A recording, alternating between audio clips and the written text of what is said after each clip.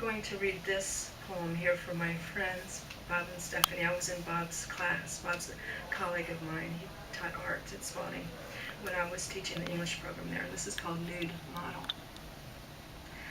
The first time her tangerine kimono slips from her shoulders, I think she looks pretty good for her age, and I should know, because she's about my age.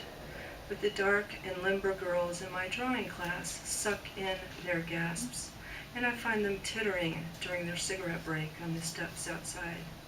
They are most concerned with her breasts, their droop and brown sag, the zig and zag of stretch marks, and the way the pulled nipples glance down. But what do I have to throw back but the yellowish ooze of colostrum and the toothy joy of small things that find their own snuffling ways to the heart? Their smooth, bland faces tell me not to bother. I know this would be nothing to them but the moth-eaten and rag when compared to the way their boyfriends' mouths slip up on them in the middle of the night.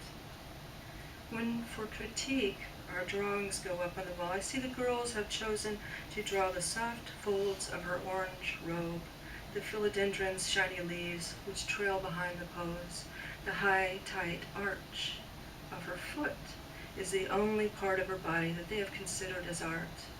But I've returned again and again to her breasts with slip of charcoal in my hand. I do study after study, fluid ink, I give into paint pen, Conte, wild sweep of pink pastel. Each class I come back to her slandered curves and color her green and blue, sometimes rose, sometimes purple. I portray her as turned land and falling water, though I know even if it were possible for these fallow girls to imagine it, this is no garden they would choose to enter. Brain, but I like brain worker as opposed to something like knowledge worker because I find it sort of interestingly and sort of lyrically disembodied. You know, like you're these brains walking around in these high rises in Midtown and places like that. Me, a brain worker, toiling in pristine white hallways, abnormal, aboriginal, endemic to this site. Some people sell their wares outside in the pulsating light of Times Square. They are singing. In their noses and nipples, the glinting of rings. Let us call them unoriginal.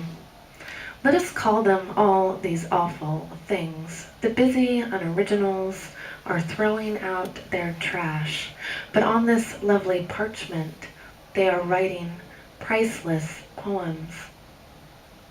They suppose that by such rendering they'll be remembered after death. They suppose that by such influence their souls will sing eternally. In the hallways we are killing time, its blood now thick and lurid on the freshly painted walls.